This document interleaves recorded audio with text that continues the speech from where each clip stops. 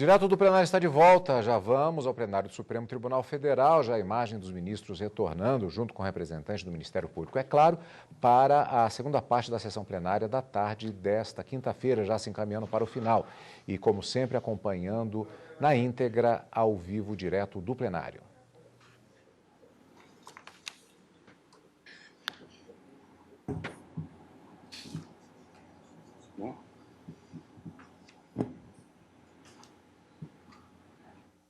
Podemos nos assentar, por favor? Declaro reabertos os trabalhos desta sessão do plenário do Supremo Tribunal Federal. Apregou para continuidade de julgamento a ação direta de inconstitucionalidade 5.122, procedente do Distrito Federal e relatada pelo ministro Edson Fachin, com vista para o ministro Luiz Fux. O ministro Edson Fachin votou no sentido de julgar improcedente o pedido. Tem a palavra o eminente ministro Luiz Fux. Senhora presidente, agrade a corte, ilustre representante do Ministério Público, senhores advogados presentes, estudantes, eminentes ministros. Essa é uma questão interessante, extremamente relevante para efeito de propaganda na justiça eleitoral, que já foi muito bem equacionada até então pelo relator ministro Edson Fachin, que me cedeu esse brilhante voto, no qual eu me baseei, e também uma manifestação muito precisa do ministro Dias Toffoli, que foi presidente da Casa e sabe perfeitamente o quanto esse tema se tornou caro para a justiça eleitoral, porquanto houve uma pseudo-alusão de que a proibição do telemarketing infringiria a liberdade de expressão. E é por essa razão, senhora presidente, que o Partido Trabalhista do Brasil ele formulou um pedido de inconstitucionalidade do artigo 25, parágrafo 2º da resolução do TSE, de 23/4 de 2014, que veda a utilização de telemarketing no contexto da propaganda eleitoral. Senhor presidente, eu fiz aqui, eu tenho um voto longo, mas que os votos que me antecederam já foram bastante extensos, onde se faz exatamente um confronto entre a liberdade de expressão e o que o direito italiano denomina de diritto alla riservatezza, o direito à sua reserva, à sua intimidade. Então, por exemplo, essas campanhas de telemarketing se operam de madrugada, as pessoas estão no seu horário de descanso, recebem ligações exatamente sobre essa propaganda eleitoral. Eu, fazendo um confronto entre os pactos internacionais dos direitos fundamentais, a liberdade de expressão, em confronto com o direito à intimidade, eu verifiquei também, com apoio em vasta doutrina, de que nessa ponderação do direito à privacidade, há, inclusive, a obra memorável de Charles Warren e Louis Brandeis, que foi aquele famoso Justice que disse que melhor desinfetante é a luz do sol, né? Em que se assenta exatamente que, num Estado democrático, muito embora a liberdade de expressão tenha uma posição preferencial, o direito à intimidade também tem. Então, eu sintetizei esse voto, na verdade, em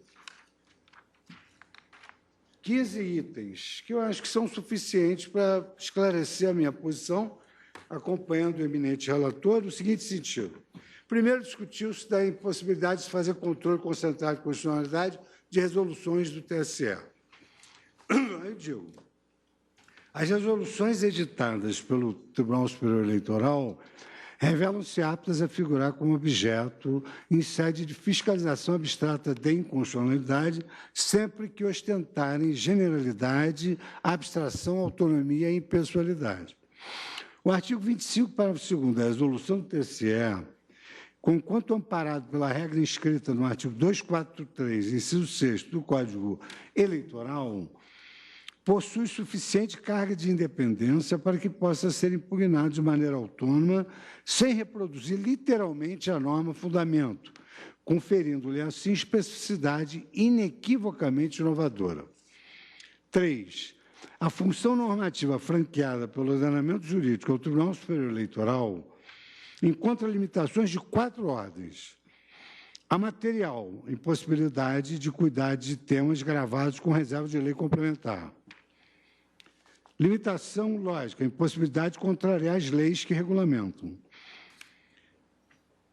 Limitação política, impossibilidade de usurpar a função legislativa primária e limitação temporal devem ser expedidas até o dia 5 de março do ano eleitoral.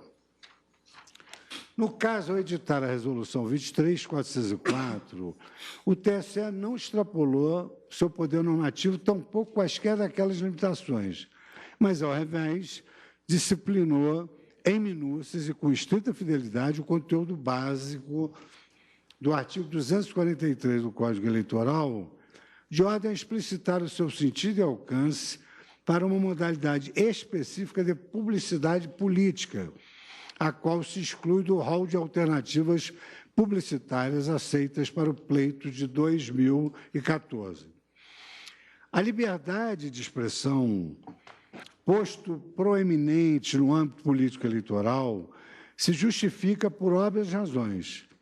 Os cidadãos devem ser informados da variedade e riqueza dos assuntos respeitantes a eventuais candidatos, bem como das ações parlamentares praticadas pelos detentores do mandato eletivo, sem que isso implique, em linha de princípio, violação às normas que regulam a comunicação social. Aliás, esse hoje é o grande fundamento da vedação das fake news. Exatamente num ambiente de informação, é preciso que o voto, para ser consciente, ele seja um voto baseado numa opinião livre e não na desinformação que cria um déficit de conhecimento do eleitor.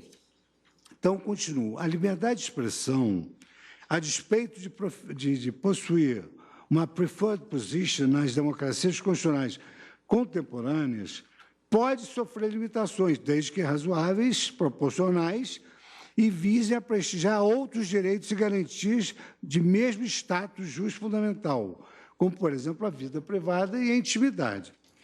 Os tratados e convenções internacionais em matéria de direitos humanos corroboram essa diretriz hermenêutica, ao afirmarem que a liberdade de expressão, embora ocupe lugar de destaque no plexo das garantias fundamentais asseguradas pelo direito comunitário, encontra limites quando o seu exercício importe em um menoscabo dos direitos alheios. E aqui eu cito o artigo 13, item 2A, do Pacto São José da Costa Rica e o artigo 10 da Convenção Europeia de Direitos Humanos. E, assento o teste da proporcionalidade, constitui autêntica pauta de moderação e prudência a orientar toda a atuação do poder público. A função da proporcionalidade é permitir a harmonia axiológica do sistema normativo. Seu fundamento é a própria noção de princípios jurídicos como mandamentos de otimização em face de restrições fáticas e jurídicas na esteira do magistério do professor Robert Alexis. A operacionalização da teoria da proporcionalidade é metodologicamente desdobrada em 3 etapas: adequação, necessidade e proporcionalidade em sentido estrito. E aí eu me peço vênia para evitar fazer toda uma digressão sobre a teoria dos princípios, muito embora eu cite aqui o professor Humberto Ávila, que, no meu modo de ver, é um dos grandes teóricos sobre o tema.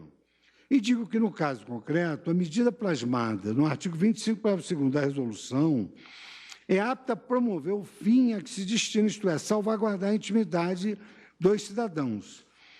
É que ela se destina a impedir transtornos no local de descanso dos indivíduos, que certamente seriam invadidos por um sem número de chamadas telefônicas indesejáveis, provenientes de dezenas, por vezes, centenas de candidatos, no curto espaço de tempo de mais ou menos 45 dias em que se desenvolvem as campanhas eleitorais.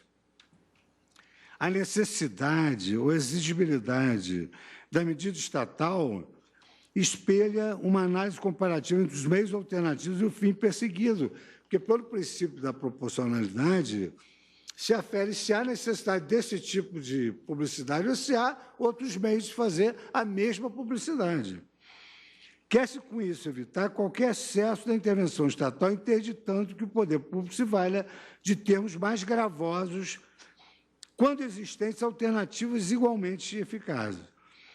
O mecanismo de descadastramento previsto no artigo 57G para propaganda realizada na internet não é medida menos gravosa quando aplicado ao telemarketing, notadamente porque aludido ao expediente serve, quando muito, para evitar segundas e terceiras chamadas provenientes da mesma fonte privada, sendo inócuo para evitar o primeiro telefonema de todos os outros adversários, que é o que a norma proibitiva visa a evitar. Demais disso, não se ouvide que a propaganda por telefone é infinitamente mais invasiva e incômoda do que o envio de e-mails e mensagens, especificamente, 1, porque envolve a emissão de sinais sonoros, 2, porque é mais difícil de se desvencilhar, haja vista que envolve potencialmente a resistência de um outro ser humano. O teste, assim, da proporcionalidade em sentido estrito impõe a comparação dos custos e dos benefícios da medida restritiva, uma vez que quanto mais alto é o grau de não cumprimento ou restrição de um princípio, tanto maior deve ser a importância do cumprimento de outro. E aí eu cito já a obra do professor Alex, não da teoria dos direitos fundamentais, mas do balanço da subsunção e a estrutura dessas comparações. É a lei da ponderação, pretende com ela aquilatar a importância dos bens jurídicos em jogo, fundamentando juridicamente a calibragem das restrições derivadas da intervenção estatal. Deveras, as propagandas via telemarketing proscritas pelo TSE atendem à proporcionalidade em sentido estrito, porque a incidência limitativa sobre a liberdade de expressão é absolutamente insignificante, considerando-se que segue à disposição dos candidatos um farto catálogo de opções publicitárias, sendo-lhes ainda totalmente possível fazer com que suas mensagens cheguem ao corpo desses cidadãos. Com esses fundamentos, senhora presidente, a Corte, eu acompanho em totum o eminente ministro relator, Edson Fachin, para declarar formal e materialmente compatível com a Constituição da República o artigo 25, parágrafo 2º, da Resolução 23.404 do Tribunal Superior Eleitoral e prejudicada a medida cautelar requerida. Pois não. Então, Vossa Excelência acompanha o relator no sentido de votar pela improcedência do pedido. Claro. Estou exercendo a presidência do Tribunal Superior Eleitoral. Não, sempre. Me senti obrigado a... Por favor, de jeito nenhum.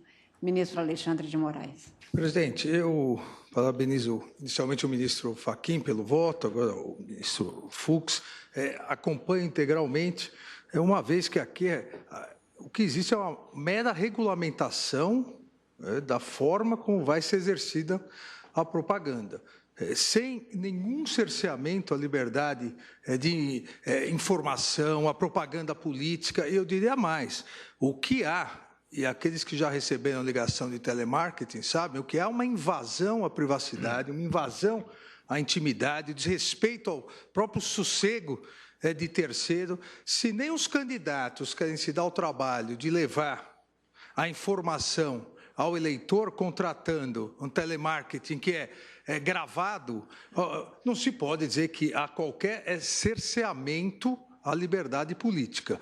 Me parece inegável aqui que não só nesse caso, mas em outros, a Justiça Eleitoral pode regulamentar. Eu dou um outro exemplo, até local, não é mais possível propaganda e outdoor em São Paulo, na capital, porque é proibido, por lei municipal, qualquer outdoor.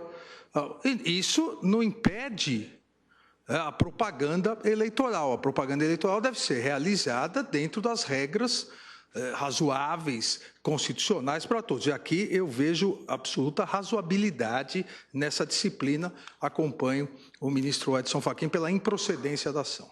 Agradeço a Vossa Excelência, ministra Rosa Weber. Senhora presidente, eu cumprimento todos.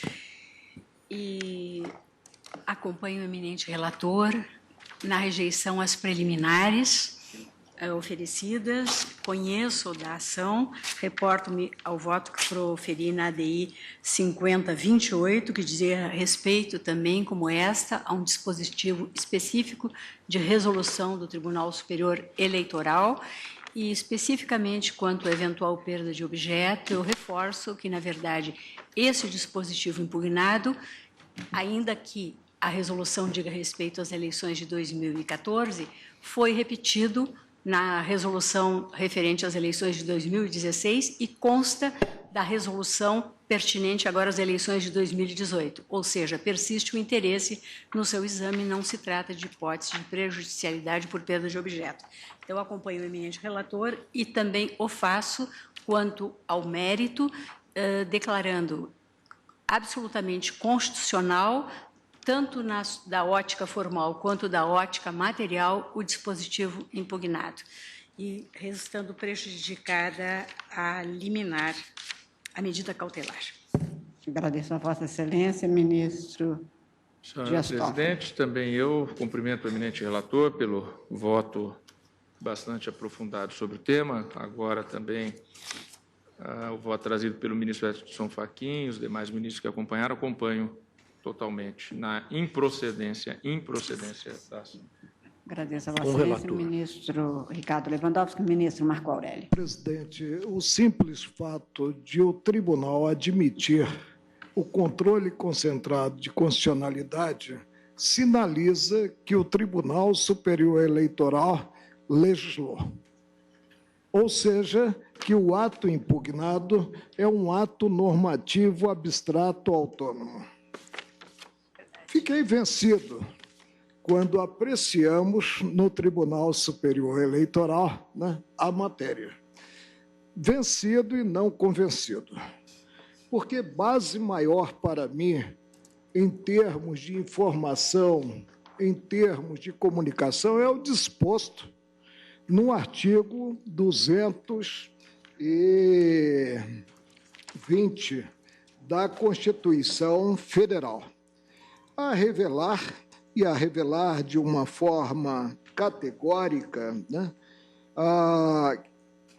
que a manifestação de pensamento, seja qual for o veículo, inclusive o telefone, a criação e a expressão e a informação, sob qualquer forma, está no preceito, processo ou veículo não sofrerão qualquer restrição, observado o disposto nesta Constituição.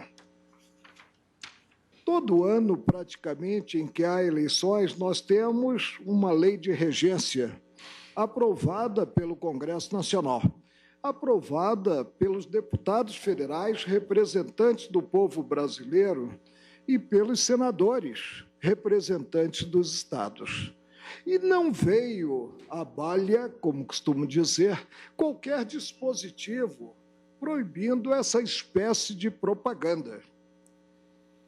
A mais, presidente, se formos ao Código Eleitoral, nós vamos ver que o Tribunal Superior Eleitoral pode editar instruções visando a eficácia do Código Eleitoral. Ou seja, a atuação do Tribunal Superior Eleitoral é uma atuação regulamentadora de uma norma legal. Dir-se-á que o tribunal interpretou o disposto no inciso 6 do artigo 243 do Código Eleitoral, mais precisamente o que se contém no inciso 6 desse artigo.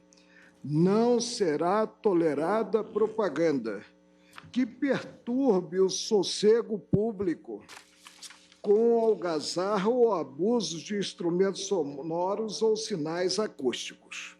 Não consigo enquadrar a disciplina formalizada pelo Tribunal Superior Eleitoral em outro inciso desse mesmo artigo. Mas indaga-se, será que esse inciso interpretado à luz do 220 da Constituição Federal quanto à liberdade de pensamento, de informação, de manifestação, enseja a proibição do telemarketing. Se o telemarketing perturba nessa gradação o sossego das pessoas, nós temos que proibir também o telemarketing quanto a propagandas inúmeras. E não vejo mesmo diferença entre o telemarketing... Não é má ideia. Boa ideia. O aliás, outro dia eu fui surpreendido em casa e eu estava trabalhando porque a minha casa é a sucursal do Supremo, eu sou um juiz antigo, eu levo processos para casa, né? E recebi um telefonema do Santander. E eu fui logo dizendo à moça que não estava interessada em qualquer serviço. Era um robô. Mas ela disse, não, eu não estou telefonando para lhe oferecer serviço. Eu estou telefonando para o senhor confirmar se realmente pediu um cartão do Santander. Eu disse, não, não pedi. E ela aí procurou saber meus dados e eu fui dando os dados. Ela disse, então eu vou cancelar o pleito apresentado. Mas confesso que fico, principalmente quando estou trabalhando, eu fico irritado quando recebo um telefonema. Mas faz parte da vida gregária. Faz parte da vida em sociedade. Agora, eu estava dizendo, presidente, que eu não vejo uma diferença substancial, considerado, e não sei quem veiculou, eu acho que foi o ministro Fux mesmo, considerada a transmissão de pensamento, a transmissão de dados por e-mail. Ao contrário, aqui nós temos até um sistema de freios e contrapeso no que uma ligação telefônica custa mais do que uma assinatura qualquer para se utilizar a internet. Então, presidente, penso que avançou em demasia o Tribunal Superior Eleitoral ao proibir, no campo da propaganda, e propaganda eleitoral, propaganda mesmo partidária, né?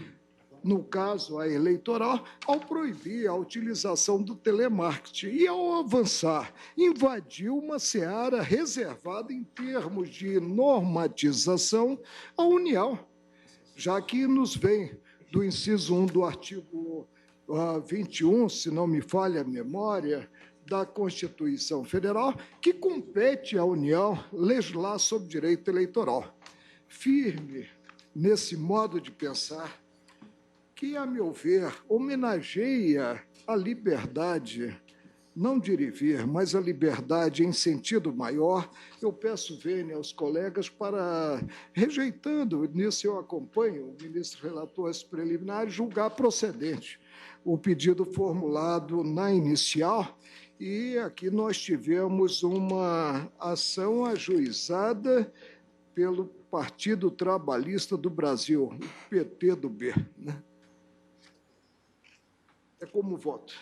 Pela procedência do pedido. Presidente, por favor. Se Vossa Excelência me permitir, a partir do voto sempre acutíssimo do eminente ministro Marco Aurélio, me permito apenas fazer duas observações. A primeira, saudando esta fortaleza de coerência que é o voto do ministro Marco Aurélio, porque precisamente no relatório e voto que fiz, registrando, aliás, o debate que houve, e o ministro Dias Toffoli coordenou toda essa atividade no Tribunal Eleitoral, inclusive com audiência pública, para discutir aquela resolução de 2014. E lá está consignado o voto vencido, ou seja, a posição que hoje o ministro Marco Aurélio está aqui mantendo, portanto, enalteço, embora fosse desnecessária, a coerência e a excelência. A segunda observação, e aí apenas para fazer uma reiteração da defesa do voto, na linha de todas as achegas, e mais do que disse o ministro Fux, eu não diria, porque se dissesse eu não teria dito melhor.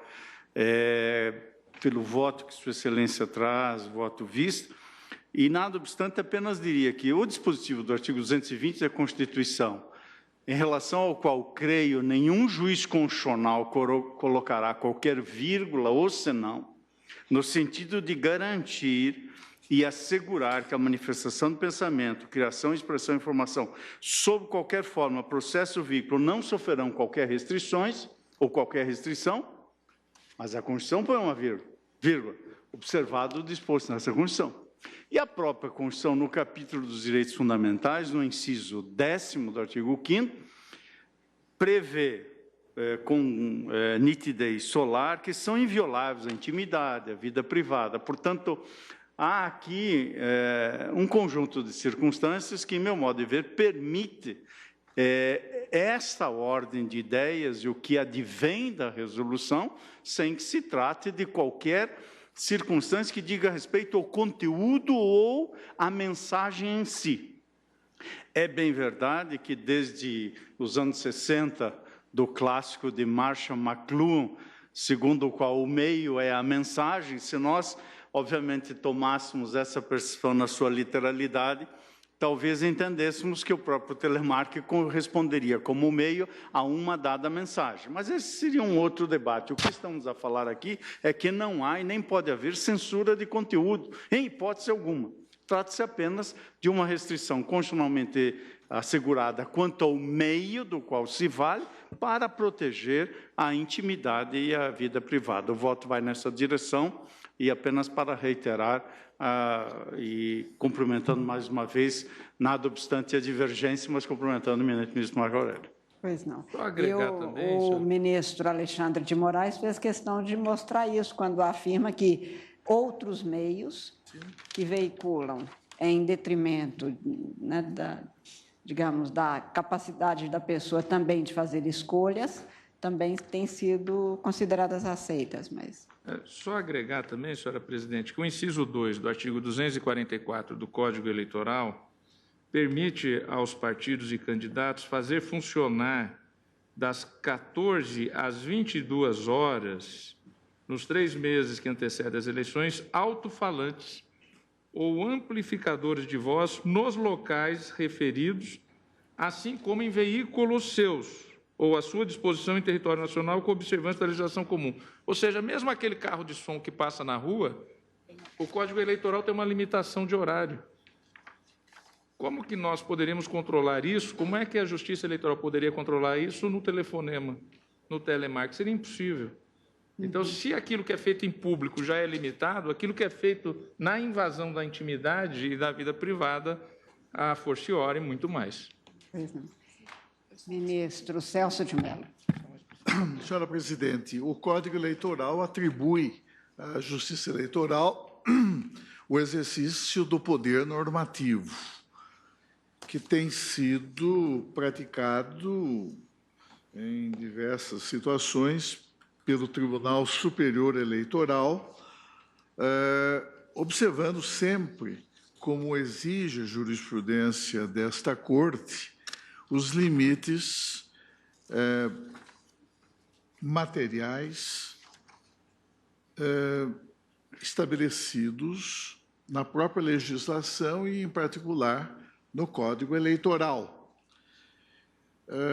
O eminente ministro relator destacou que o Tribunal Superior Eleitoral, ao editar tais resoluções, todas elas impregnadas de conteúdo normativo, na verdade, revestidas de uma normatividade qualificada e encerrando em seu conteúdo verdadeiras normas de decisão, como já precedentemente decidira esta Corte, por exemplo, na DIN 3345, de que eu próprio fui relator,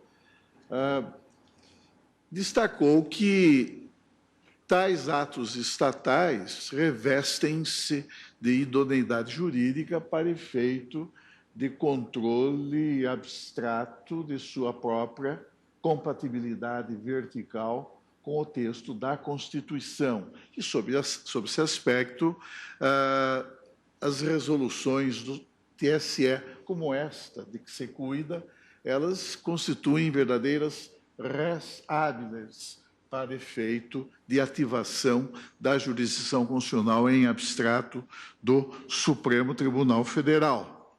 De outro lado, destacou-se que o Tribunal Superior Eleitoral, ao formular essa resolução, teve por parâmetro aquilo que o próprio Código Eleitoral estabelece no seu artigo 243, inciso 6º.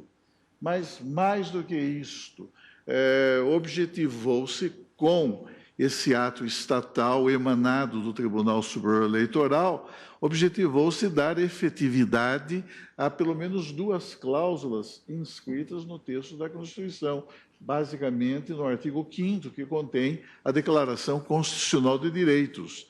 E eu me refiro, apoiando-me no que falou o eminente ministro Edson Fachin, nos incisos 10 e 11 daquele artigo, que tornam e que estabelecem um círculo de proteção em torno da intimidade, da vida privada e até mesmo da própria inviolabilidade domiciliar. E é nesse contexto que o poder normativo do tribunal, exercido pelo Tribunal Superior Eleitoral, foi desempenhado no caso. O eminente ministro Edson Fachin traz à colação um fragmento de uma preciosa monografia escrita por um ilustre e antigo secretário-geral do Tribunal Superior Eleitoral, que trabalhou com o eminente ministro Lewandowski, quando Sua Excelência presidiu aquela alta corte. Eu me refiro ao doutor Manuel Carlos de Almeida Neto, que, referindo-se e dissertando a respeito do poder normativo da Justiça Eleitoral, destaca que essa competência consiste em, aspas, legítima atividade do Tribunal Superior Eleitoral, que, no uso de suas atribuições legais, administra, conduz e fiscaliza as eleições com a dinâmica que requer o processo eleitoral para que o eleitor manifeste a sua vontade da forma mais livre e democrática possível.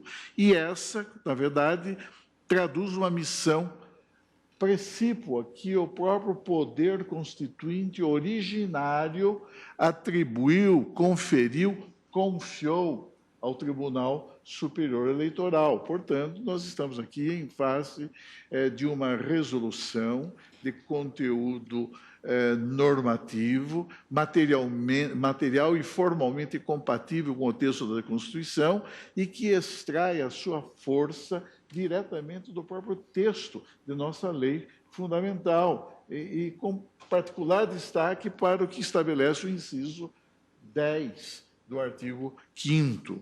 E, de outro lado, conclui o eminente ministro Fachin, a mim me parece com toda a vênia, de maneira acertada, que a ausência de uma previsão legal específica que se refira de modo expresso à atividade de telemarketing, isso não impede que a Justiça Eleitoral, tendo em vista os parâmetros já delineados pelo próprio artigo 243 do Código Eleitoral, 243 do Código Eleitoral, em seu inciso 6º, que a própria Justiça Eleitoral, não obstante a ausência dessa previsão legal, quanto à promoção de campanhas eleitorais por meio dessas novas, expressão do ministro Fachin, dessas novas tecnologias comunicacionais, essa ausência de previsão legal não significa a permissão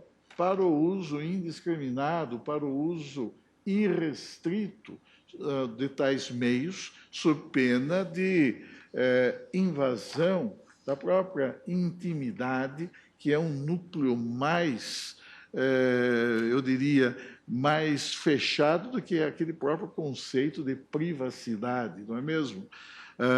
E, portanto, esse silêncio normativo, observa o eminente ministro Edson Fachin, viabiliza e legitima a atuação da Justiça Eleitoral, precisamente por meio de um instrumento formal que é a resolução, que tem expresso fundamento no próprio Código Eleitoral e que, por isso mesmo, dá realce e maior importância ao estabelecer que os partidos políticos, as agremiações partidárias, enfim, e os seus candidatos, até mesmo em respeito à própria paridade de armas que necessariamente há de haver entre todos esses importantes e relevantes atores e protagonistas do processo eleitoral, para que, enfim, esse postulado se realize de modo pleno e impondo-se, portanto, a observância a tais atores, observância dos princípios e diretrizes que se acham delineados no próprio texto da legislação eleitoral. É por essa razão que, a mim me parece, com toda a vênia, que correta é a conclusão a que chega o eminente ministro Edson Fachin, quando, repelindo a pretensão de inconstitucionalidade, reconhece e confirma, sob perspectiva formal e também material, a plena validade jurídico-constitucional da resolução em causa que foi editada pelo Tribunal Superior Eleitoral. Por isso, pedindo vênia, senhora presidente, eu acompanho integralmente o douto voto proferido pelo eminente ministro relator. Agradeço a Vossa Excelência. Também peço vênia ao ministro Marco Aurélio para acompanhar o voto do eminente ministro relator com as achegas que foram aqui trazidas, considerando que a competência normativa do poder do Tribunal Superior Eleitoral é exatamente a possibilidade, ou se revela na possibilidade de se poder pormenorizar, minudenciar aquelas atribuições que são próprias para levar a efeito o processo eleitoral com as garantias constitucionais combinadas de tal maneira que se tenha uma harmonia do processo, eleitor, candidato, cidadão em geral, podendo exercer todos eles os seus direitos. Esta sintonia é que faz com que o processo eleitoral seja o que o ministro Carlos Brito chamava de um momento de muita alegria democrática. E, para isso, não é possível que a gente tenha que garantir a alguns que possam se valer de meios, e aí o ministro Marco Aurélio lembrava exatamente do que significa para todos nós, no meio de uma madrugada, no meio do dia, no meio ter esse tipo de, não vou chamar de invasão, mas, enfim, de uma interferência sem que traga sequer uma outra pessoa a falar com a gente, porque nós sabemos que hoje são os bots, basicamente, que fazem esse trabalho. São robôs que não observam, portanto, qualquer tipo de respeito a qualquer direito. E por isso mesmo, considero que não houve exorbitância por parte do Tribunal Superior Eleitoral ao editar essa norma no exercício exatamente de direitos, que fazem com que tanto o eleitor, quanto o candidato, quanto o cidadão em geral, que não é, às vezes, sequer eleitor, se veja às voltas com esse tipo de procedimento. Peço bem ao ministro Marco Aurélio para acompanhar o voto do ministro relator e, igualmente, votar no sentido da improcedência do pedido formulado e proclamo o resultado. Ação direta de inconstitucionalidade julgada improcedente, vencido o ministro Marco Aurélio. Senhores ministros, desejo, agradecendo o trabalho enorme de todos os Vossas Excelências, da senhora Procuradora-Geral, senhores advogados, senhores servidores, secretária das sessões, declaro encerrada a presente sessão, desejando a todos uma excelente noite. Muito obrigado a todos.